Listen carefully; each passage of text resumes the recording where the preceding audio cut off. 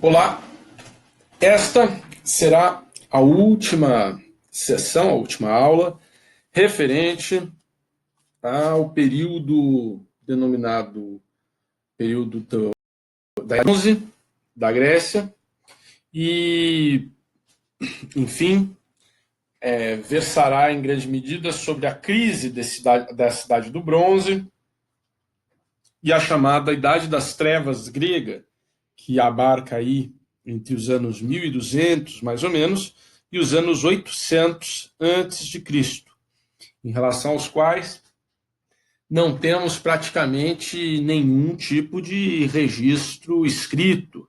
Aquele linear B que foi produzido na conjunção da escrita fenícia com a articulação grega, ele se perde a partir de um determinado momento e não há mais registros deste linear B.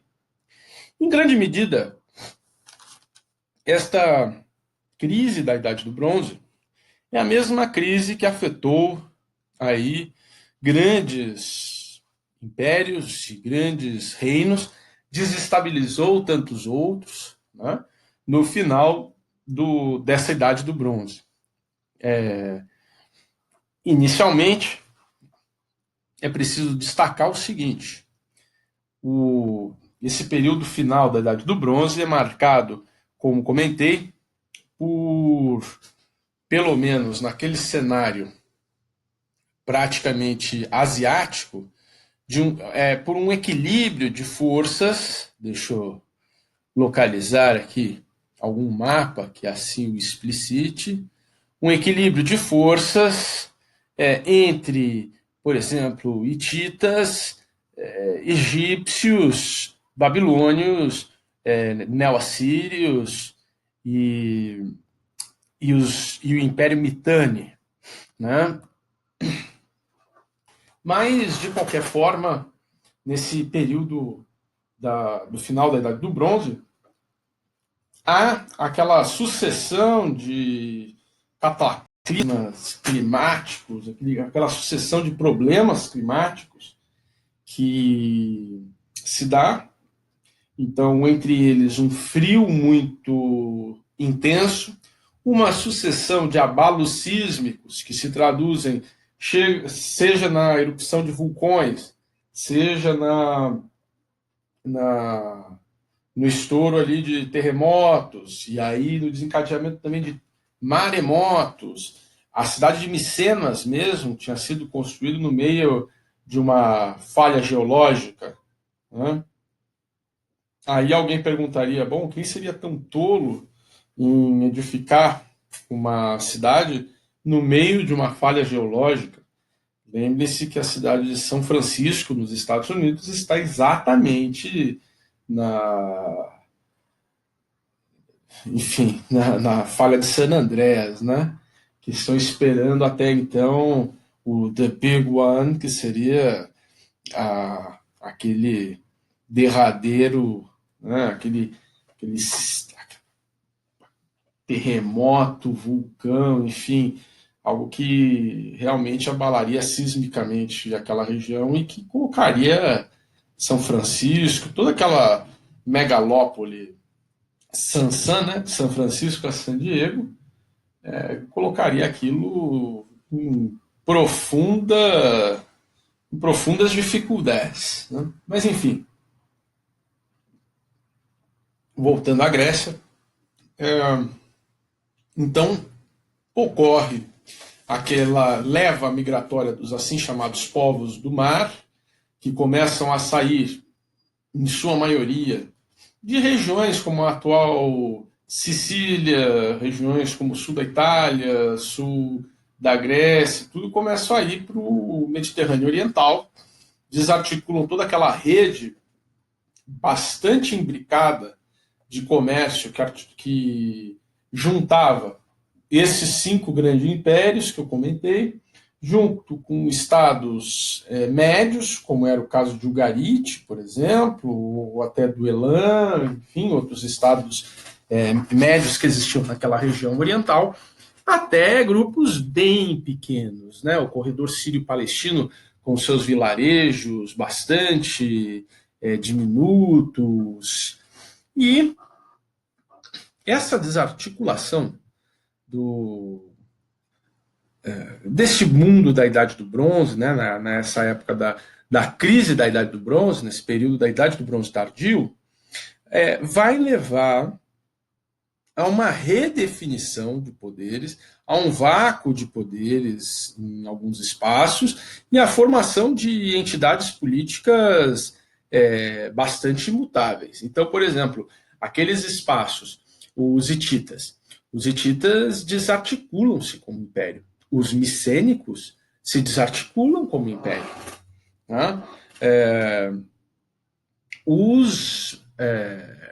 A Babilônia cassita cai em grande medida. Os assírios também se desarticulam, depois conseguem se reunir, mas vão ter uma dinâmica bastante descentralizada, vão começar a se descentralizar bastante. O Egito consegue conter. Ramsés III tem ali algumas cenas dele no seu palácio, ele derrotando ali os povos do mar, enfim, ele consegue se conter, mas isso vai causar uma grande instabilização, enfim. Então, aquilo que eram as grandes entidades políticas acabam desaparecendo como tais, acabam se desarticulando, dando espaço a sociedades que eram as sociedades médias, mas principalmente aos pequenos vilarejos. Né?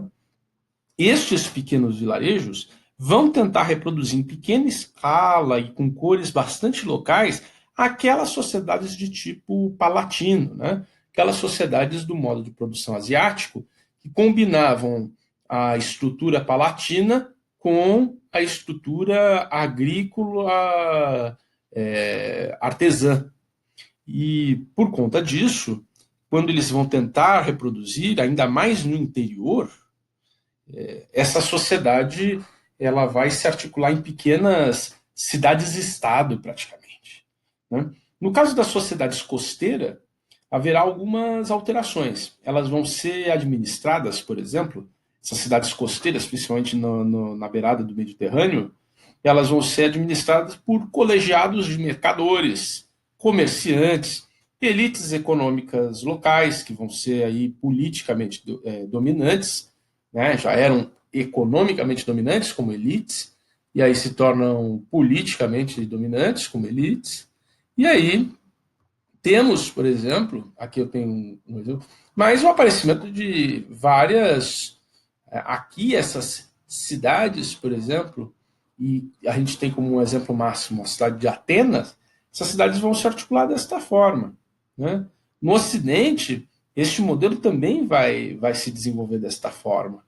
As sociedades que vão se desenvolver, principalmente a partir do século VIII a.C., que é quando nós teremos aí uma recuperação dos registros propriamente gregos, né? Temos ali o registro das Olimpíadas, que vão passar a ocorrer a partir de 776 a.C., no século VIII a.C., e vamos ter os relatos aí de Homero, de Hesíodo.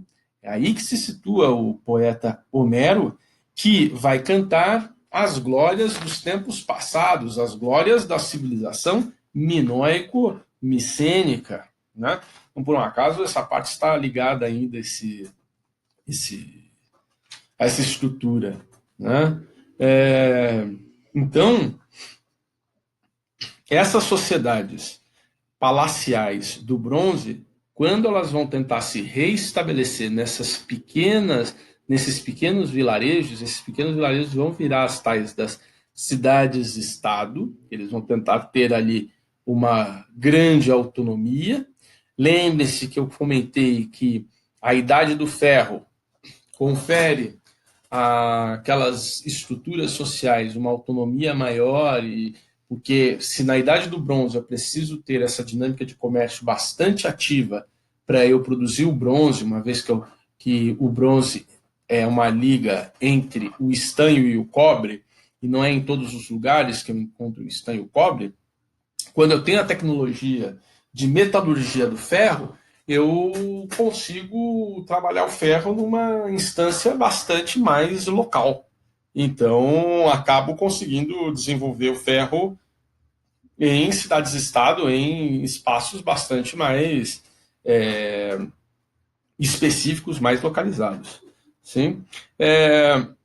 Enquanto, então, Atenas vai ter a sua feição mais democrática, em razão, inclusive, pela articulação nessas sociedades costeiras por estes colegiados de mercadores, comerciantes e grupos economicamente prósperos, sociedades mais interioranas vão se caracterizar mais como sociedades mais fechadas e muito mais oligárquicas. Né? Essas estruturas sociais, que vão ser sociedades renascidas, elas não vão conseguir se sustentar apenas com uma tributação interna. Né? Então, em algumas medidas, grupos como os assírios e os babilônicos vão ser obrigados a se expandir, como eles de fato fizeram. Né? Mas em outras, há estrutura suficiente, porque cria-se ali um mecanismo de maior exploração de alguns grupos em detrimento de outros. E aí até aquele sistema político-econômico se altera um pouco e vamos ver acontecendo, principalmente no Peloponeso, né, e na cidade de Esparta em particular, esse processo de centralização política. Atenas democrática, então, se projeta como democrática, dada a sua formação como um colegiado dessa estrutura portuária. Esparta oligárquica se consolida como oligarca justamente devido à reprodução daquele modo de produção asiático às condições locais. Só que, em razão do fato de serem cidades-estado e necessitarem, por isso, ampliar ali seus mecanismos de sustento, enfim, dada a incapacidade, em razão do relevo muito irregular, em razão das características do solo, então, dada a incapacidade dessa coleta de impostos se produzir de uma maneira muito mais localizada, estas estruturas sociais acabam tendo que se valer da conquista territorial. Por isso mesmo, vão ser sociedades que vão se valer do escravismo, em grande medida. E a gente vai ter uma alteração para um modo de produção escravocrata, né, nessas estruturas a partir do século VIII, VII, enfim, antes de Cristo. Mas, enfim, tendo sido dito isso, é importante a gente registrar. Homero, então, foi devidamente situado no século VIII a.C., mais ou menos contemporâneo de Hesíodo, um pouco mais velho que este, e aqui nós temos uma figuração de Homero. Bom, eu não tinha comentado aí que o pessoal não usaria barba. Que figuração seria essa? Né? Primeiro que, vamos lembrar, essa é uma figuração aí que não está na época grega, propriamente dita. Isso daí é uma estátua de Homero, um busto de Homero, situado aí no século II a.C., já na época romana. Então, isso é uma figuração romana de Homero. Vamos lembrar que os romanos, em grande medida, incorporam os valores, a sabedoria grega, o panteão de deuses grego, enfim. Então temos uma romanização de Homero. Não? Bom, quem seria Homero? Na verdade, há uma discussão muito larga, porque não teria existido este personagem chamado Homero. Né? Atribui-se a um Homero, a este nome Homero, a redação de dois textos muito importantes, a Ilíada e a Odisseia. A Ilíada, como o nome sugere, refere-se à Guerra de Troia, porque Troia também era conhecida como Ilion. Então, no caso, a Ilíada, temos aqui um vaso retratando uma. Então, é uma cena que retrata bem provavelmente a relação entre Aquiles e seu amor, o Patroclo, né? Lembrando aí qual seria a explicação mítica que Homero, ou que este conjunto de pessoas chamado Homero, vamos primeiro definir isso. Como que este poema, como esta epopeia era passada? Ela era passada em grande medida na tradição oral. Tanto é que quando se pega a Ilíada, né, eu estou aqui com uma edição de Carlos Alberto Nunes, né, uma tradução de Carlos Alberto Nunes da Ilíada, né, e ele fala: canta-me a cólera, ó deusa funesta de Aquile pelida. Então, canta-me a cólera de Aquiles pelida.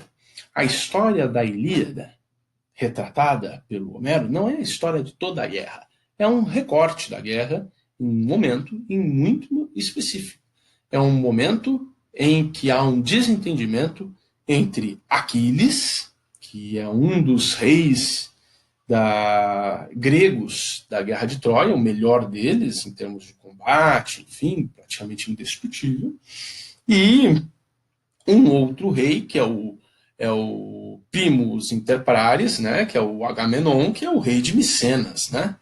Então, há um desentendimento, que eu já vou entrar em detalhes depois, e aquele se recusa a lutar, e aquele só volta a lutar depois, no finalzinho do livro, sendo decisivo para a conclusão ali das batalhas, enfim, mas acaba lutando também em razão de Heitor ter assassinado o seu grande amor, Patroclo. Né?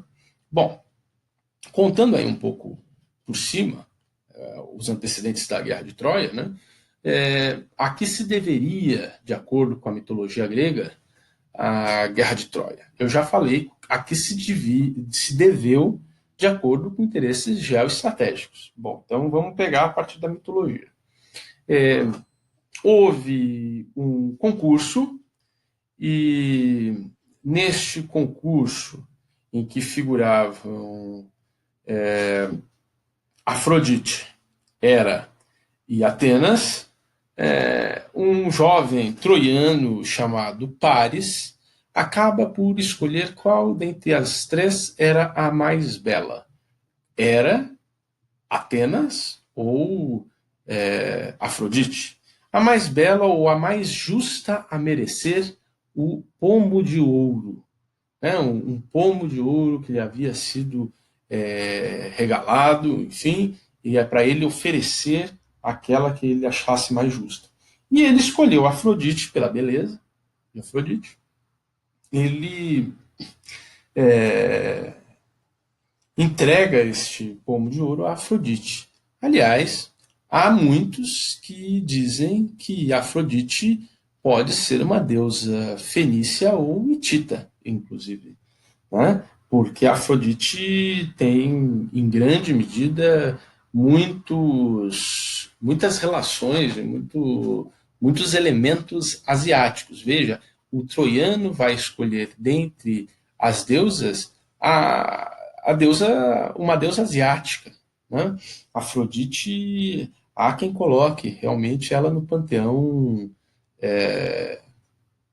dos deuses asiáticos, propriamente, é mais provável que ela seja, inclusive, uma deusa hitita. Mas, enfim, então Paris escolhe Afrodite. E Afrodite, então, faz o seguinte, ela transforma, ou ela escolhe Helena, né, que era a mulher mais bela do mundo, enfim, Helena, esposa de Menelau, Menelau, rei da Lacedemônia, ou Esparta, como preferirem. Aí Helena, de Menelau, ela faz com que Helena se apaixone por Paris. Então Paris, num determinado momento, quando visitava Menelau, acaba por encontrar-se com Helena, que é apaixonada, raptada por ele e levada a Troia. Menelau, que havia aberto as suas portas e para os gregos isso é um grande sinal, né? A hospitalidade é um valor muito importante, você trair tanto o visitante que te hospedou, que você hospedou, quanto a pessoa que te hospedou, é um ato de alta gravidade. Então, Menelau, injustiçadíssimo, vai recorrer ao seu irmão. Quem é o irmão de Menelau? Justamente Agamenon. Agamenon, então, que é o rei de Micenas. Micenas, a primeira entre os pares, né, a primeira das grandes cidades. Micenas lidera, então, uma grande incursão contra a cidade de Troia, cidade de Ilion, onde estaria Paris, e onde Paris teria sequestrado a bela Helena, né? Helena de Troia. Esta é uma versão bastante gregófila. O que é gregófila, né? Próxima ao grego, próxima a uma interpretação grega que dá maior relevo à perspectiva grega, né? Do que, por exemplo, a perspectiva troiana, né?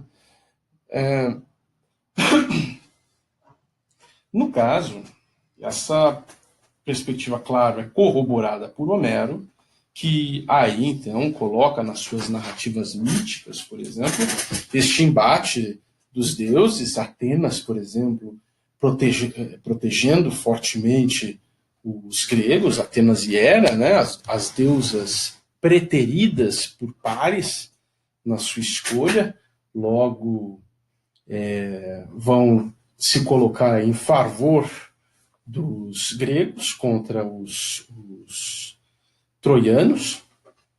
E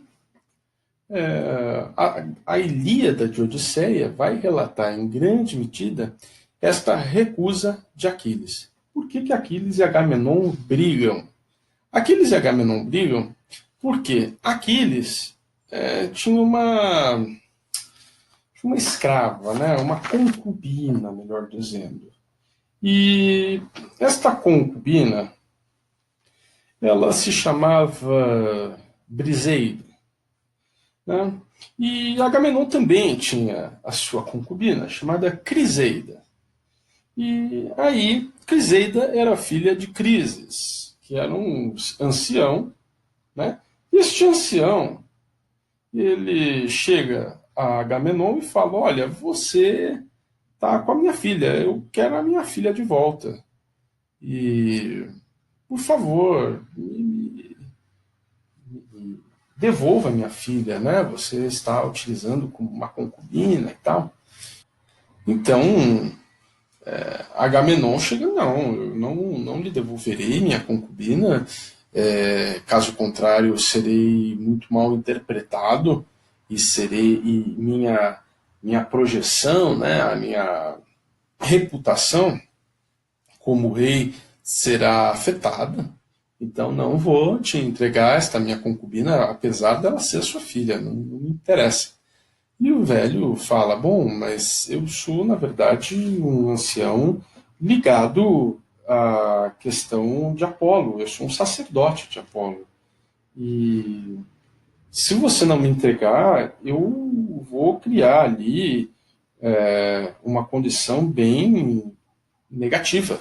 E ele insiste na não entrega e a peste assola o acampamento dos gregos em Troia.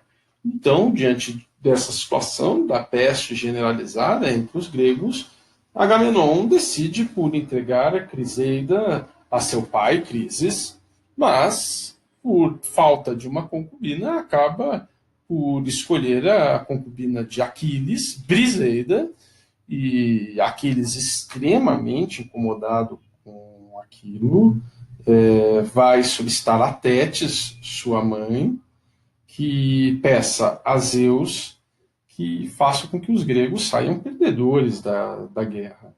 Né? E Zeus até concede a Tétis e fala também que os troianos saiam vencedores. Só que com isso Zeus arranja um problema com quem? Com Hera, sua esposa, que estava ao lado dos gregos. Né?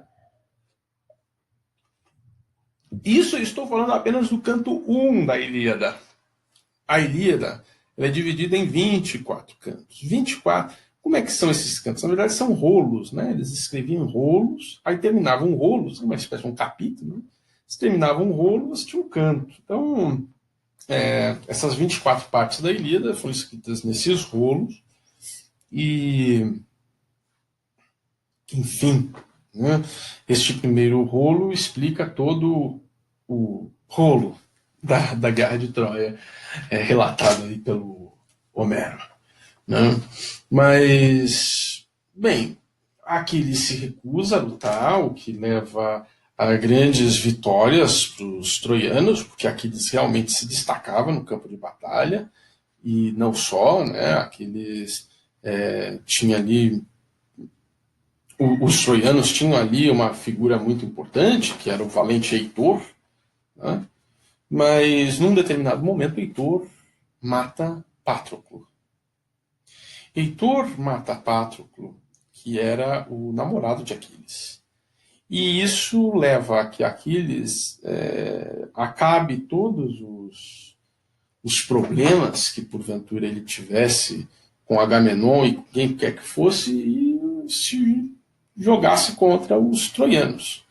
E Aquiles era uma pessoa ali que vocês conhecem, uma pessoa excepcional, indiscutível, porque ele tinha sido ali encharcado quando criança num lago, um lago que lhe conferiu ali uma extraordinária capacidade de sobrevivência, enfim.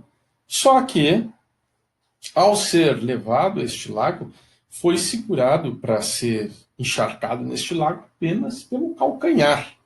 Então, o calcanhar era seu ponto fraco, porque o calcanhar não foi devidamente banhado pelo lago, e o calcanhar não era, digamos, tão forte como o restante do corpo, que estava imune a qualquer tipo de armamento que se lhe jogasse contra. Então, Aquiles tinha, né, por isso que nós temos a expressão calcanhar de Aquiles, né? Aquiles tinha esta fragilidade. Enfim, na batalha, Aquiles, principalmente no canto 22, ele mata o assassino, enfim, de seu namorado, ele mata Heitor. Só que ele faz uma coisa que para os gregos é inadmissível. Né? E para os gregos, para a tradição de maneira geral, antiga, clássica, é inadmissível. Né? Ele, quando luta com Heitor, ele consegue efetivamente matar Heitor, mas ele não entrega o cadáver de Heitor para que receba o devido enterramento, para que receba as devidas honras, para a questão dos gregos ser enterrado na própria terra, né, ser enterrado entre os seus pares, é uma coisa muito importante, porque você está entre os seus antepassados, você está junto com aquelas pessoas que, enfim, compuseram a sua vida. Né? Então, Heitor, na batalha de Heitor e Aquiles, o Aquiles ultraja o corpo de Heitor, né? E arrasta o corpo de Heitor às vistas de todos. Heitor vai ter ali não só uma morte, uma morte fulminante, como também vai ser uma coisa bastante vergonhosa. Então, a conversa final entre Aquiles e Heitor aqui colocada. Quando tiraste, é o Aquiles falando a Heitor, quando tiraste a armadura do Patroclo, estulto, pensaste que a salvo sempre estarias, por veres que longe me achava. Mas, vingador muito mais poderoso, havia ele deixado junto das naves recurvas, o mesmo que as forças dos joelhos veio, nesta hora, solver-te. Os aqueus hão de Ezequias prestar-lhe. mas o teu corpo será para os cães e os abutres jogado. Ele avisa a Heitor, você não terá um enterro digno. Não só eu vou te matar, mas você não vai ser enterrado junto aos teus. Sem força quase, responde-lhe Heitor do penacho ondulante. Por teus joelhos, tua vida, por teus genitores, suplico, não consentires que junto das tuas naves aos cães atirados seja o meu corpo. Ouro e bronze abundante em resgate recebe. Quantos presentes meu pai te ofertar, minha mãe veneranda, e restitui o cadáver, que possam, em casa, os troianos e suas jovens esposas, a pira funérea entregá-lo. Que Heitor tivesse a morte devidamente consagrada como um herói troiano, entre os troianos, enfim. Com torvos olhos, Aquiles de rápidos pés lhe responde: nem por meus joelhos, cachorro, por meus genitores supliques. Se em meu furor fosse, agora, eu levado a fazer-te em pedaços, e crus os membros comer-te, em vingança do que me fizeste, como é impossível dos cães voradores livrar-te a cabeça. Então Aquiles realmente está resoluto a fazer isso, e ele vai humilhar propriamente Heitor, vai arrastar o cadáver de Heitor. É por isso que hoje em dia até Heitor é um nome usual, mas ninguém usa de chamar alguém de Aquiles, um filho de Aquiles. Apesar de Aquiles ser um grande guerreiro, apesar de Aquiles ser ali uma personagem muito importante na Guerra de Troia, Aquiles fica para sempre com seu nome manchado por conta disso. O texto da Ilíada conclui com o resgate de Heitor. Realmente, os deuses acabam ficando muito incomodados da forma como o cadáver de Heitor ia ser tratado, né? E Zeus insta a mãe de Aquiles, Tétis, que fale com seu filho e que devolva aos troianos o cadáver de Heitor, né? Assim sendo, Tétis conversa com o filho e ele devidamente retorna o cadáver de Heitor aos troianos. Mas aí também a indignação gerada por Aquiles já foi muito grande e contam seu segredo a Paris. Paris assassinará Aquiles justamente atingindo seu calcanhar, enquanto que depois Paris será morto pelo grande arqueiro que foi Filoctetes. O final da Guerra de Troia todos conhecem, é muito relatado principalmente na Eneida de Virgílio, no capítulo 2. O tal do cavalo de Troia, que teria sido posto na cidade de Troia como um presente de grego, literalmente, e dentro estavam os soldados gregos a depois fazerem o cerco em Troia e tomarem a cidade de Troia. Sim?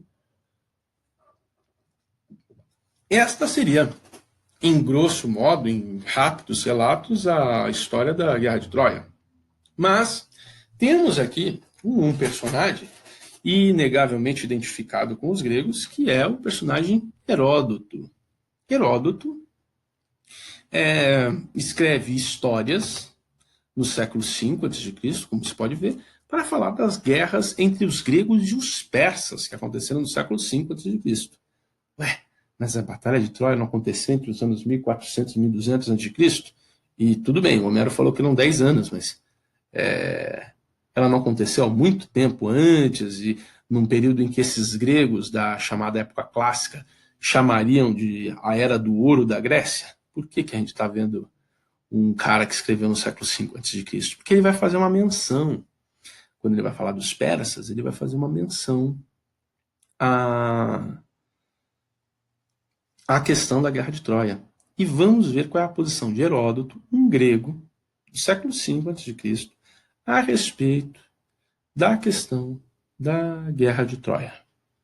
Heródoto de Alicarnasso. Vamos localizar no mapa Alicarnasso. Então, vejamos. Alicarnasso se situa aqui. Vejam, este Este é o território, aqui está ligado a Atenas, né?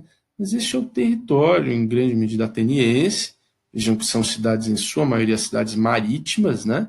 A estrutura espartana está bem mais ligada às cidades territorialistas, não, às cidades que estão no continente. Aqui, Atenas está mais ligada a esta relação marítima, né? E Halicarnasso está aqui. O que isso quer dizer, né?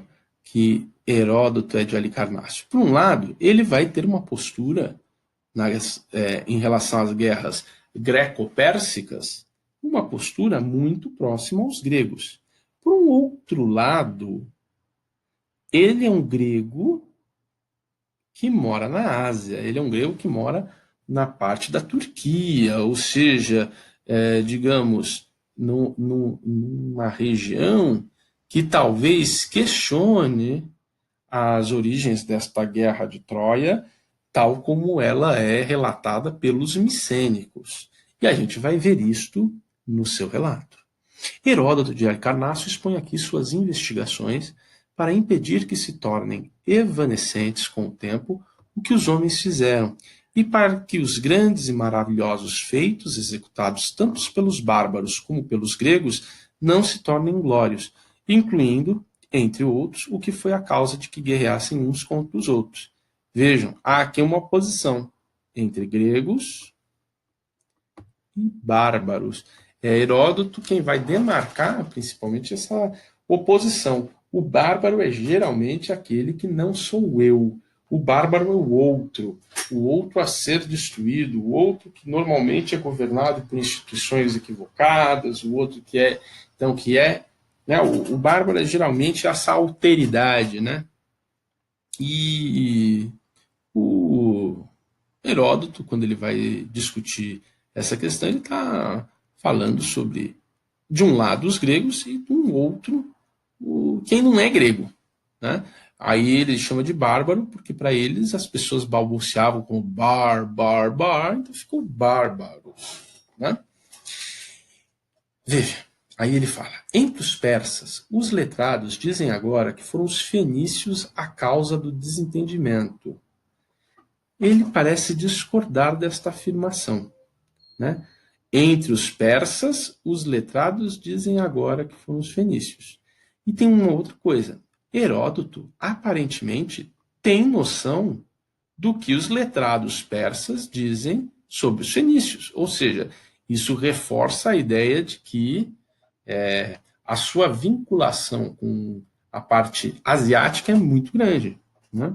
Dizem que depois de terem vindo do mar, que se chama Eritreu, nas margens deste nosso, e de se terem estabelecido no território que habitam ainda hoje, os fenícios cedo empreenderam longas navegações e, transportando mercadorias do Egito e da Assíria, percorreram diversos lugares, entre os quais Argos, que nesta época estava à frente de todos entre na região que hoje chamamos Hélade ou Grécia.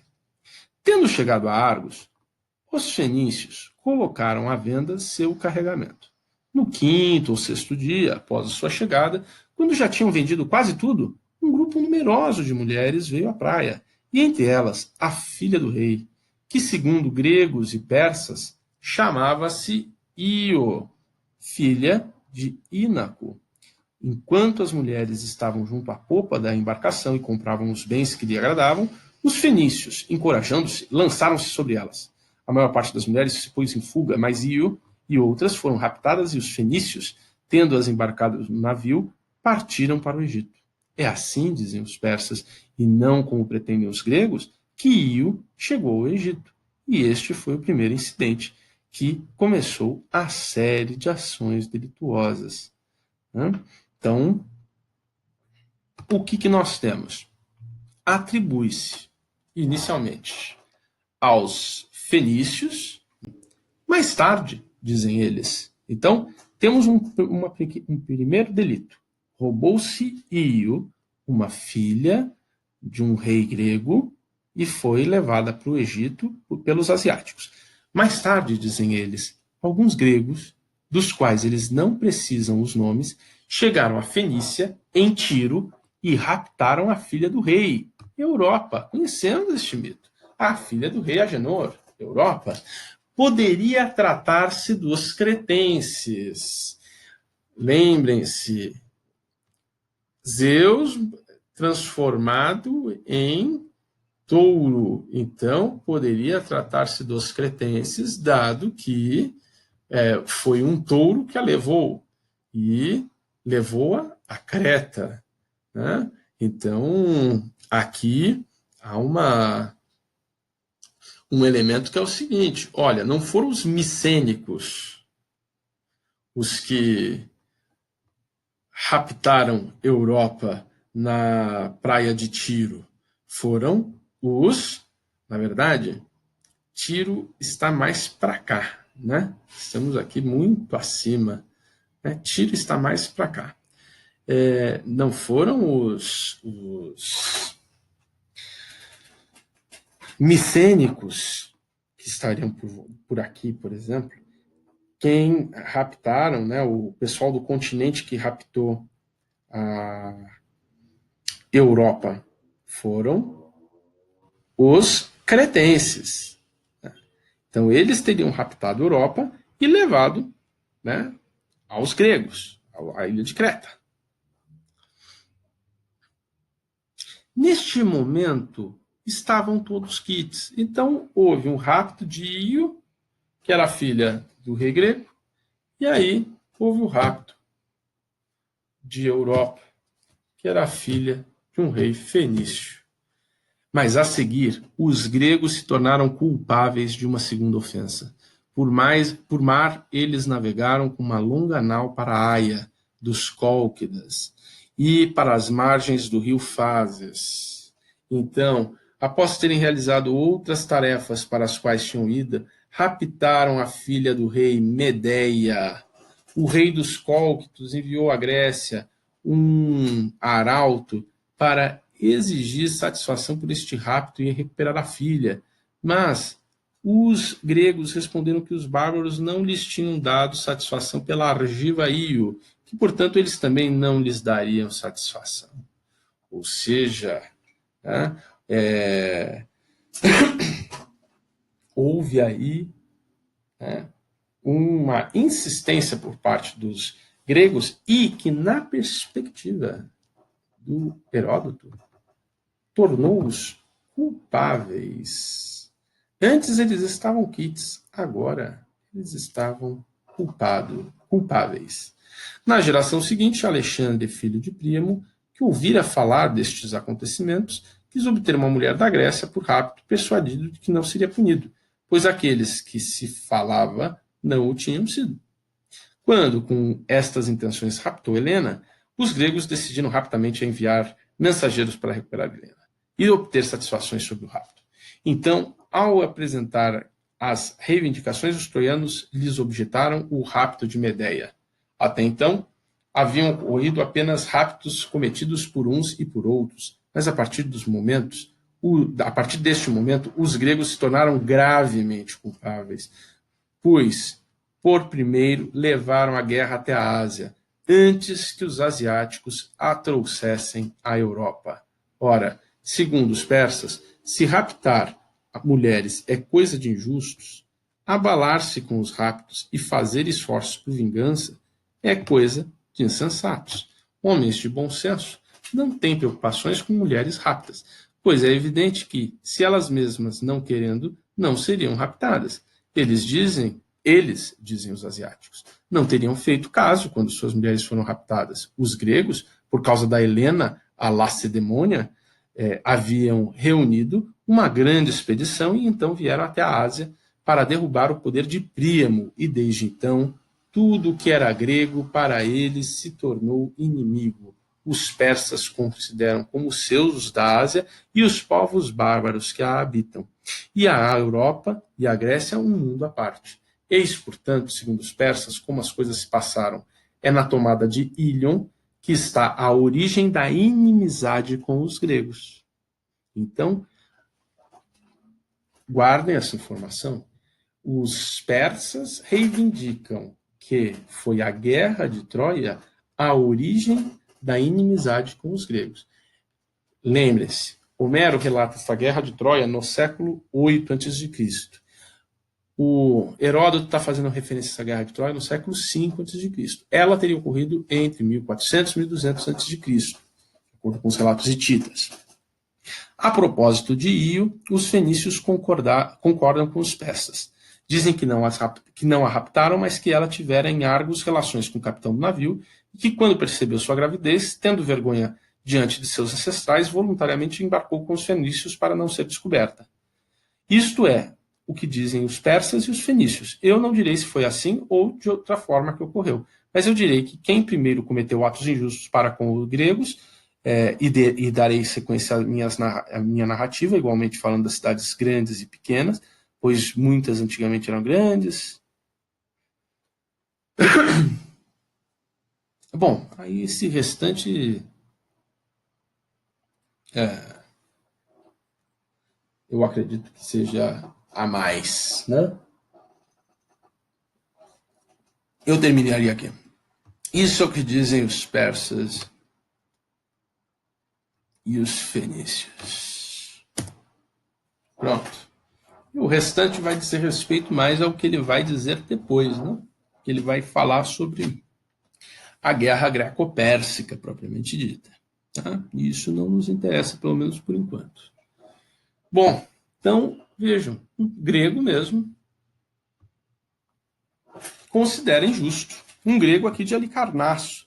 Você já deve ter ouvido falar de Halicarnasso. Halicarnasso é onde houve o chamado Mausoléu de Halicarnasso, que estão aí as ruínas, né, o que teriam sido as ruínas, porque ele teria sido destruído entre os séculos XII e XIV, do Mausoléu de Halicarnasso, uma das maravilhas do mundo antigo. Tá? Então, estão aí os vestígios aí dessa maravilha do mundo antigo, né? Já vimos aí as pirâmides, o Mausoléu de Halicarnasso, os jardins suspensos de Nínive, não da Babilônia, enfim.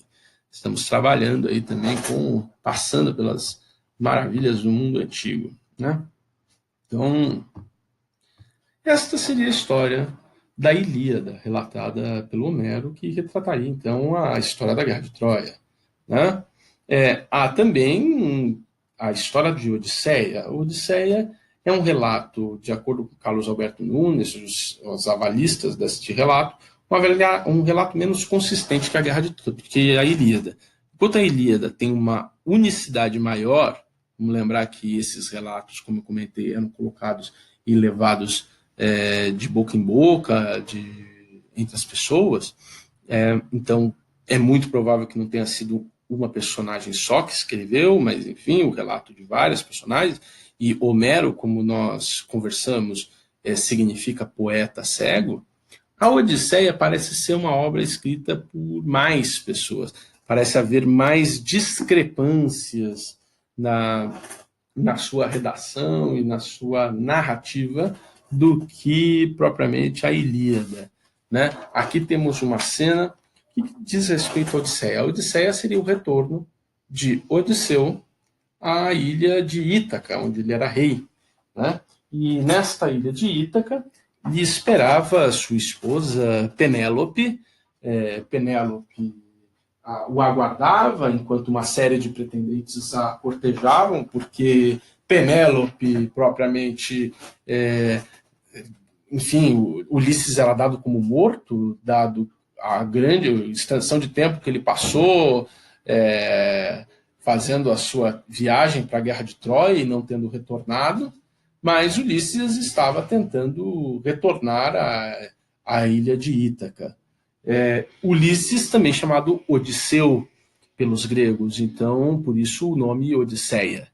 Mas a história de Odisseia, então, ela é a história deste Ulisses, Odisseu, vai ser esse personagem extremamente sagaz da Guerra de Troia, vai ser associado a Ulisses a questão da ideia, da idealização do cavalo de Troia, né? É de Ulisses também uma série de maquinações, inclusive a maquinação em relação a Filoctetes e conseguir ganhar Filoctetes para a Guerra de Troia. Ulisses é tido como esta personagem, digamos, da sagacidade, da inteligência, né? Então esse personagem, o Odisseu, num momento ele vai ficar numa ilha, e nesta ilha ele se vê diante do Ciclope.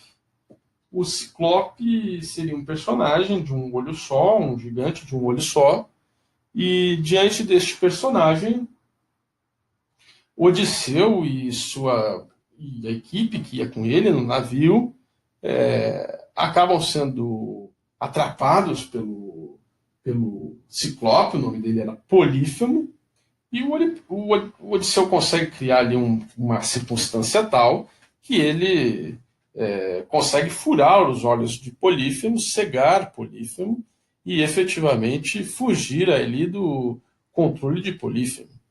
Problema: Polífemo era filho de Poseidon, o deus que controlava a questão dos mares. Então, sendo Polífemo filho de Poseidon, isso acaba levando a que o retorno de Odisseu à sua casa se torne muito mais complicado, porque Poseidon vai tornar então as águas do rio do mar Mediterrâneo muito mais caudalosas e muito mais complicadas, tornando a travessia de Odisseu muito mais complicada.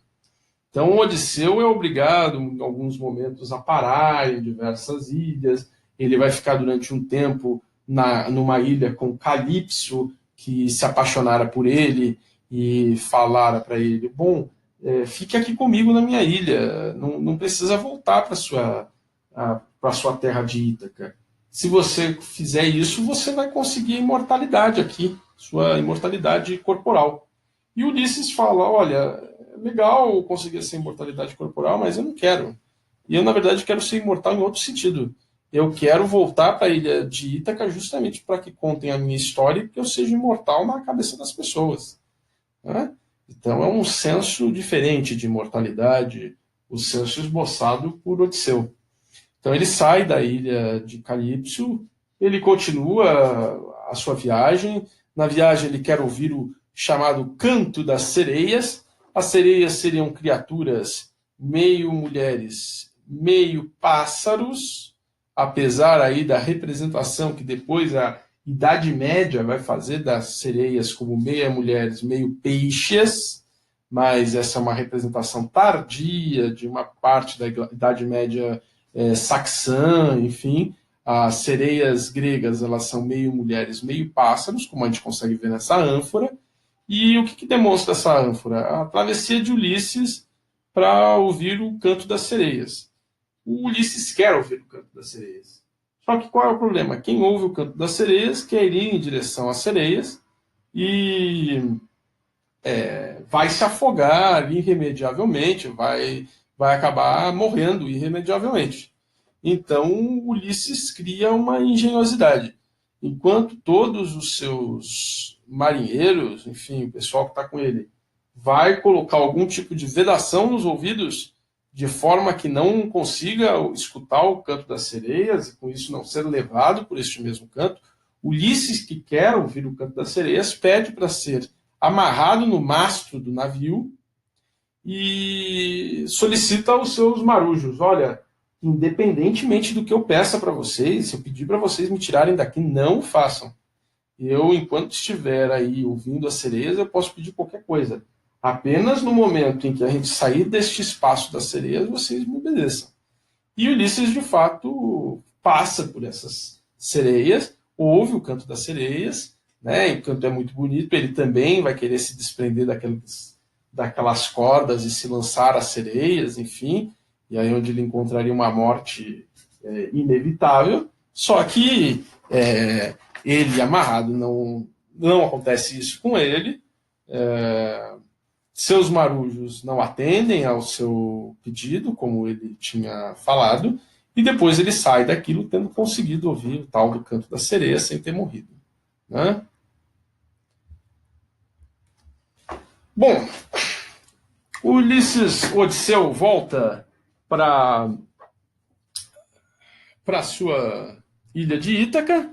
Ele volta para Ítaca num contexto em que Penélope está sendo cortejada de todos os lados e tudo, e Ulisses é reconhecido pelo cachorrinho dele, que ele tinha deixado lá. O cachorrinho tão logo o reconhece e já falece, né?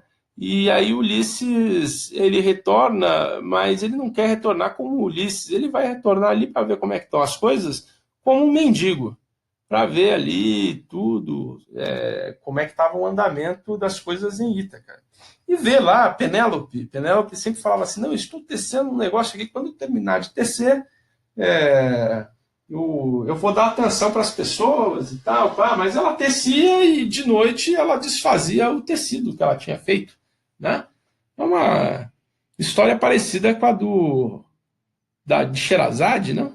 Aliás, isso é uma coisa muito notória. Há alguns teóricos que relacionam as histórias da Ilíada com as histórias do Mahabharata, que é a lenda indiana também, que tem muitas semelhanças com a Ilíada. Muitas semelhanças. Conta uma história de uma guerra, conta a história. Algumas passagens do Mahabharata têm muitas semelhanças, têm muitas relações com a Ilíada. Por quê? Muito provavelmente, aqueles povos de origem indo-europeia, né, que estavam aí nessa região e que vão, enfim, se espraiar tanto para o espaço europeu quanto para o espaço asiático, eles vão ter elementos em comum, tanto no campo das palavras, né? E a gente percebe, por exemplo, a palavra três, ela é uma palavra comum, tanto nos idiomas sânscrito, latino, saxão. Veja, não estou falando de idiomas que são idiomas de uma mesma raiz, estou falando de todos esses idiomas indo-europeus, que são o mesmo tronco. Então, todos esses idiomas deste mesmo tronco, eles têm palavras em comum. Quando a gente vê as palavras em comum que existem entre esses idiomas, a gente pressupõe são palavras que existiam antes, propriamente, destes povos se dispersarem. E se elas existiam antes desses povos dispersarem, elas podem dizer muito sobre o estilo de vida desses povos. Em sua maioria, são palavras ligadas à atividade de agricultura, à atividade do pastoreio, enfim, às atividades econômicas conduzidas por esses povos, né? Não seria diferente. Mas, enfim, e também estes povos devem ter contado relatos entre si que, se num caso assumiram a posição de, não sei, a Palena, Afrodite e Apolo, em outros espaços devem ter certamente assumido a posição de Shiva, Ganesh, enfim, em outros contextos, com pequenas variações. Não existem coincidências. Quando se vê duas histórias muito parecidas que batem muito, é bem provável que elas sejam desses mesmos povos, né? Aí nós temos algumas semelhanças entre os hebreus e os mesopotâmicos também por sua, inclusive, origem linguística comum, mas eles não são indo-europeus, eles são povos semíticos. Tá? Enfim, como vemos aí, então, temos, a partir do século XII a.C., mais ou menos, temos o que a gente conhece como período, ou a Idade das Trevas grega. É uma Idade das Trevas que desaparece todo tipo de escrita, desaparece qualquer tipo de articulação social, enfim. A gente sabe que há uma movimentação de algumas comunidades, de algumas civilizações, e essas comunidades, essas civilizações seriam essas três principais. Ainda uma quarta, os arqueus, mas essas três são mais expressivas. Então, os dórios, que estariam aí ligados principalmente a Esparta, né? Os jônios, que estariam aí ligados principalmente a Atenas, e os eólios, ligados aí à região da Tessália, em sua grande maioria, a Beócia também, enfim. Mas por que está sendo colocado isso? Porque, num determinado momento, né, essas civilizações, essas migrações dos eólios, dos dórios e dos jônios vão se estabelecer e as estruturas urbanas vão mudar. As sociedades não estão mais articuladas naquela base, como eu comentei, do modo de produção asiático, mas elas vão se articular em casas, nos oikos, né, nas casas e nas comunidades familiares. Né? O grego escrito retrocede e os gregos vão encontrar nesta estrutura fenícia a escrita adaptada do grego, né? Uma base para a sua escrita. Então, eles vão trocar muito com os fenícios a respeito de bases escritas e, com isso, reforçam a sua estrutura escrita. Né? Então, vão encontrar na estrutura fenícia um reforço da estrutura grega. Bom, o que cabe colocar aqui é este espaço que é extremamente importante. Temos aqui colunas dóricas, né? Então, estamos falando dos dórios. Então, havemos colunas dóricas no assim chamado Oráculo de Delfos. Em Delfos, o que foi o Oráculo de Delfos? O Oráculo de Delfos se desenvolve, então, isso já lá nos primórdios do século 9 e 8 antes de Cristo, né?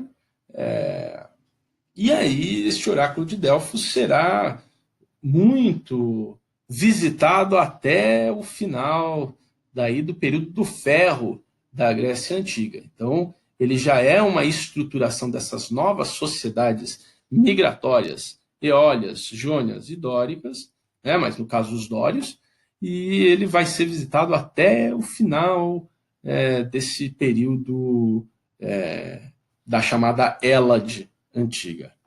Em Delfos havia as chamadas Pítias. Quem eram as Pítias? Pítias eram personagens femininas que seriam personagens que determinariam, que colocariam o destino das pessoas. Seria uma Pítia quem colocou a Sócrates o seu destino de filósofo, seu destino de encontro com a verdade. Como se encontravam com as Pítias? As Pítias você poderia consultar uma vez por mês a cada 9 meses, ou seja, por ano, você tinha 9 ocasiões para encontrar com uma Pítia. Durante um mês você podia encontrá-la em um momento, mas apenas em 9 meses você podia encontrá-la. Se não conseguisse encontrá-la naquela ocasião, tinha que esperar todo um mês ou eventualmente até a virada do ano. Né? Quem tinha prioridade no tratamento e no contato com as Pítias para ouvir o seu destino, para conhecer ali o seu futuro, o que deveria fazer? E as perguntas normalmente eram feitas de uma maneira a não caber, né? É importante que eu entre em determinada guerra, por exemplo, fazia um chefe de Estado. Né? É fundamental que eu entre em determinada guerra, e aí as Pítias respondiam. Né? A prioridade dada não era a quem tinha mais dinheiro, não era ao primeiro da fila, não era nada disso. A prioridade era os cidadãos de Delfos. Se é o oráculo de Delfos, e nós estamos falando de uma estrutura de cidades-estado, os cidadãos de Delfos são os primeiros a terem seus destinos escutados. Dependendo de onde vinha o viajante, pagava-se até mais. Se ele vinha numa rica cidade como Atenas, uma cidade comerciante, altamente dinâmica em suas trocas econômico-comerciais, ele pagava mais. E ele pagava mais se ele estava vindo como um representante de Estado, ou se ele estava vindo para resolver problemas pessoais. Enfim, havia diferenças de preços também, dependendo de qual questão que ele fosse resolver. Se fosse de fora ainda, havia um intermediário que ele tinha que chamar da própria cidade de Delfos. Com isso, a cidade de Delfos consegue bastante recursos, né? Como é que são esses recursos? Não é que ele pagava em moedinhas e aí havia uma caixa registradora ali em Delfos ou qualquer coisa do gênero. Em Delfos ele imolava, fazia um sacrifício, qualquer coisa assim, e para Pítia, e nesse sentido trazia ali uma oferenda, e aí as oferendas variavam de acordo com a origem. Se de uma pequeníssima cidade-estado ali, que ninguém ouviu falar e tudo, poderia pagar como um sacrifício algo muito menor, né? Enfim. A questão é, como é que essa ficou uma instituição tão longeva e tão acreditada na Grécia, né? Por que não houve nenhum momento de questionamento? Vamos lembrar aí que as Pítias ficavam nessa estrutura do oráculo de Delfos, né? O templo de Apolo em Delfos também, para conhecimento, enfim, né? Mas elas ficavam nessa estrutura e, na verdade, nunca se conseguia comprovar se uma informação era verdadeira ou falsa, né? No caso de questionamento, a opção que foi descartada era sempre uma opção que teria um desenlace muito pior do que a opção que foi escolhida. Então, digamos, eu faço. Vou dar um exemplo muito esdrúxulo. Ô, Pitya, eu devo abrir este negócio ou eu não devo abrir este negócio neste determinado momento? Uma pergunta tipicamente de um burguês capitalista para uma Pitya. Aí a Pitya chega e fala para ele: não, abra, é o ano de 2007, o capitalismo é uma coisa vibrante, muito forte. Abra o seu negócio. Aí o cara abre o negócio e vem a crise de 2008. Aí ele chega e fala com ela: pô, Pitya, você me falou que eu poderia abrir meu negócio. Aí ela responderia: mas se você não tivesse aberto, o futuro, a situação do teu negócio ou a situação da tua renda ia ser muito pior do que a situação da tua renda foi com você ter aberto este negócio. Então fica sempre aquela situação assim, não dá para comprovar se o que ela estava dizendo era uma verdade ou não, né? E a resposta não era tão direta assim, abra seu negócio. Era uma resposta complicada e ambígua.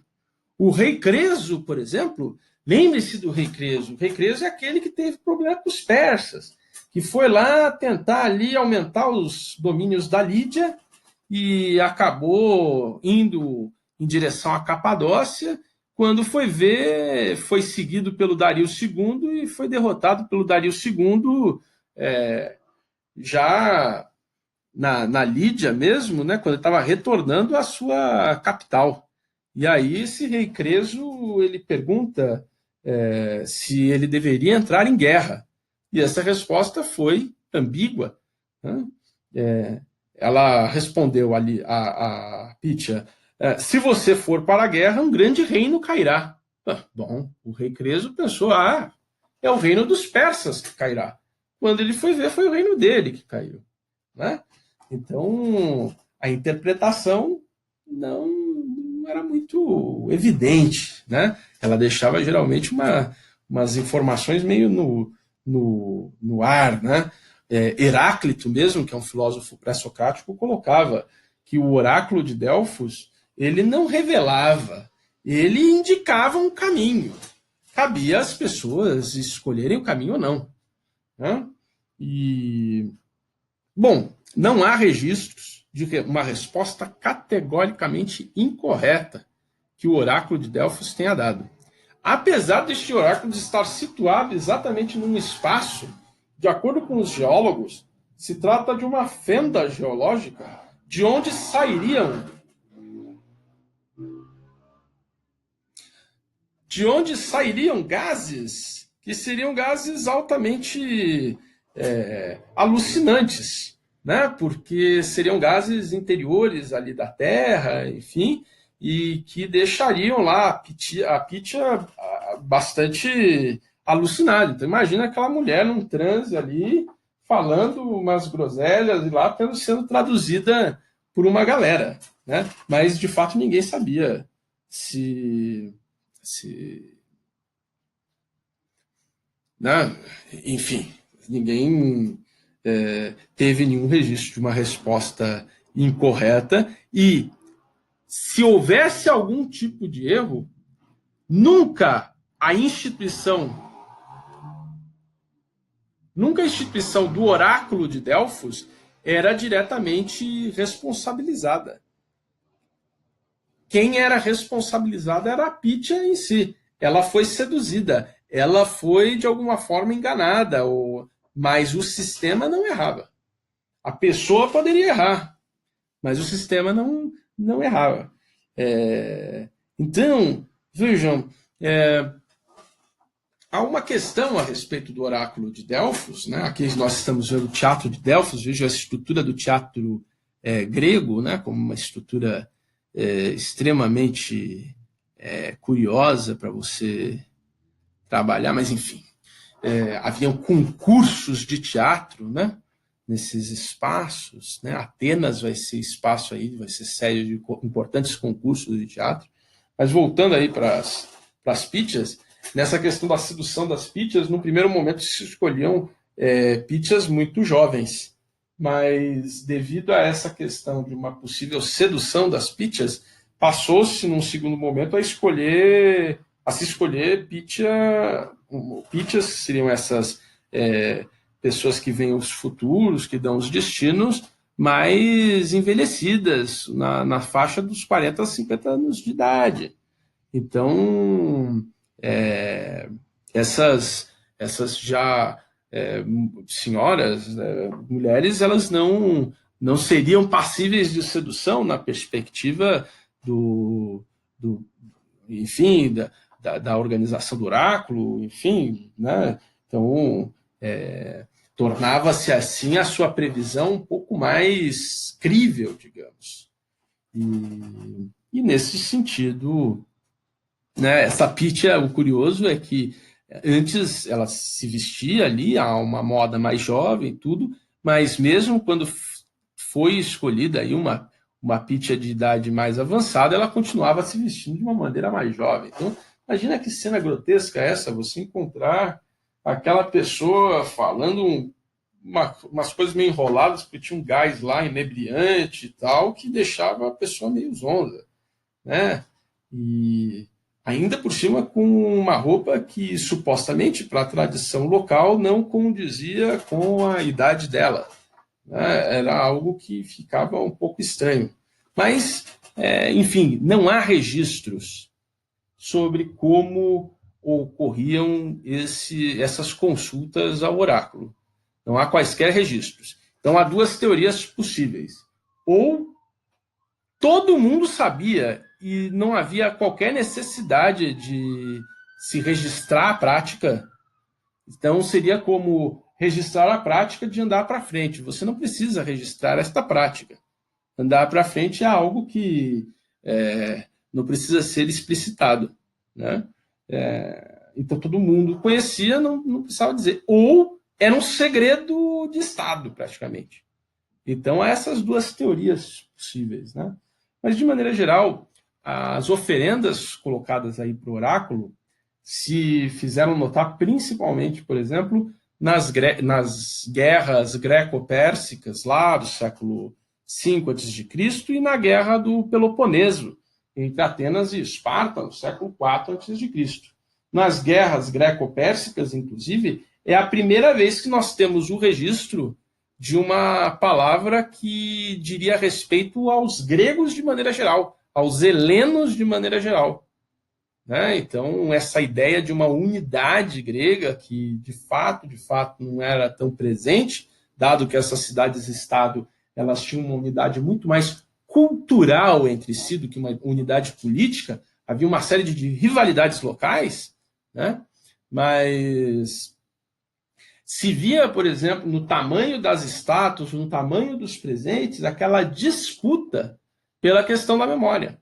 Então, por exemplo, numa batalha, creio que na Batalha de Salamina, houve ali essa oferenda em homenagem aí, é uma questão a todos os gregos. Numa batalha seguinte, a Batalha de Plateia, houve ali um general que quis ali jogar o seu nome, mas acabou ali acabaram sendo colocados os nomes de todos os povoados e todas as cidades e estado que lutaram na Batalha de Plateia, que também foi determinante na derrota dos persas contra os gregos. Mas quando houve, por exemplo, as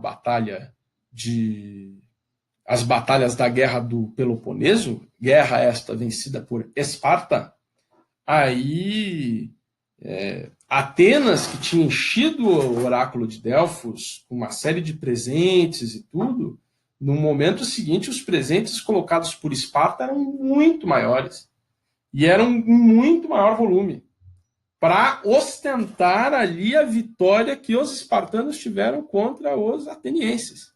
Então, atualmente, cada vez mais se chega à conclusão de que o oráculo não teve apenas uma função de prever um futuro, mas também uma função de posteridade e graças a essas estátuas e homenagens, a uma preservação de passado e a um legado de um nome para o futuro que permanecesse coberto de glória na perspectiva grega. Tá? Com isso, encerra-se essa parte, vamos dizer, da Idade das Trevas grega.